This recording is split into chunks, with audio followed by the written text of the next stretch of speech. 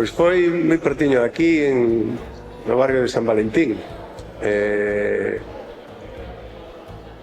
Corrían os anos finais dos 70, principios dos 80, e uns pais do barrio de San Valentín, preocupados porque en aquel momento no entorno de Ferrolterra as drogas estaban converténdose en un problema moi importante na xuventude, ordenaron de montar un centro social no que se iban de alguna maneira a potenciar as actividades culturais e deportivas, ¿no?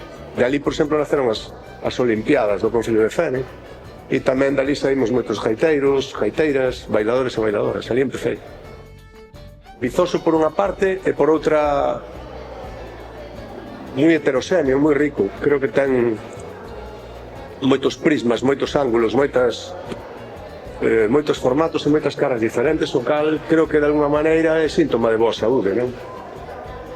Pola que non temos unha explicación, dende logo foron as que xogaron o papel fundamental, foron as transmisoras, as creadoras, e dende logo a lírica, o cancioneiro lírico galego e unha vasta información, unha vasta memoria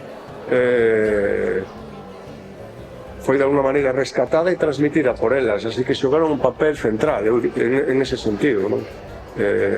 Fundamental. As pequenas entidades son as que en realidades teñen a capacidade de cohesionar a sociedade. As que construen realmente son esas pequenas entidades, non? Eu mesmo recoñézome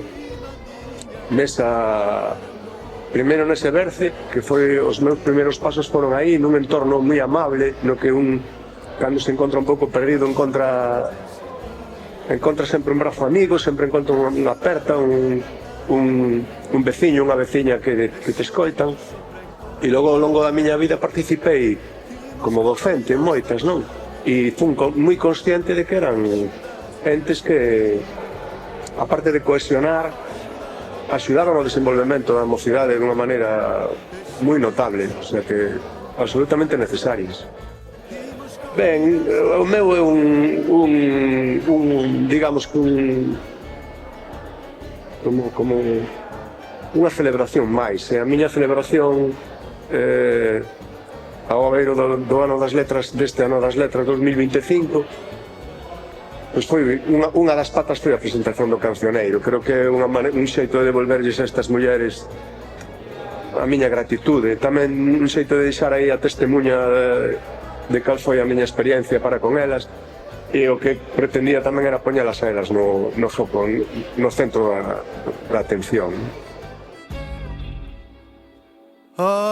Axudádeme a sentir